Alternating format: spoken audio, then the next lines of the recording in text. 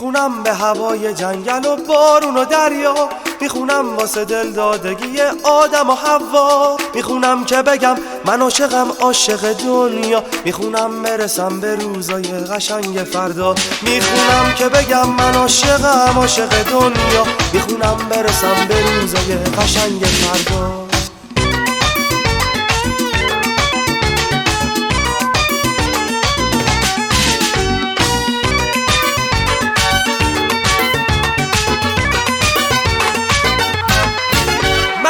هم سفر شیر و فرهاد، منم هم نفس دلای آزاد، منم اون که پر و بال میکنه باز میره تا برسه به شهر آواز. خوشا آنان که صدای تو دارن، که سر پیوسته در پای تو دارن، به دل دارم تمنای کسانی که هم در دل تمنای تو دارن.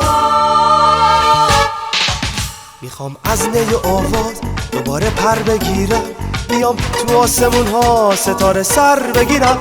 آهای زمان ایداد و آهای ترانه فریاد، آهای دلهای عاشق نبرید منو از یاد. آهای زمان ایداد و آهای ترانه فریاد، آهای دلهای عاشق نبرید منو از یاد.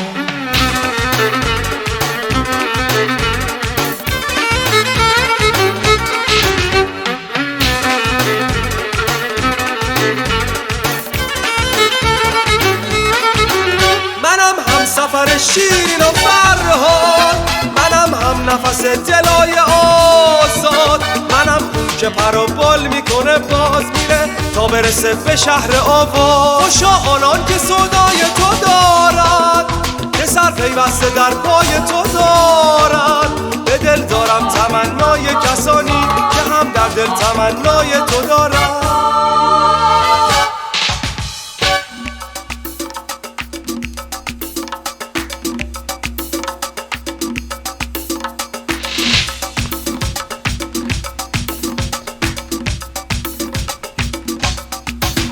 میخونم به هوای جنگل و بارون و دریا، میخونم واسه دل دادگی آدم و حوا، میخونم که بگم من عاشقم عاشق دنیا، میخونم برسم به روزای قشنگ فردا، میخونم که بگم من عاشقم عاشق دنیا، میخونم برسم به روزای قشنگ فردا.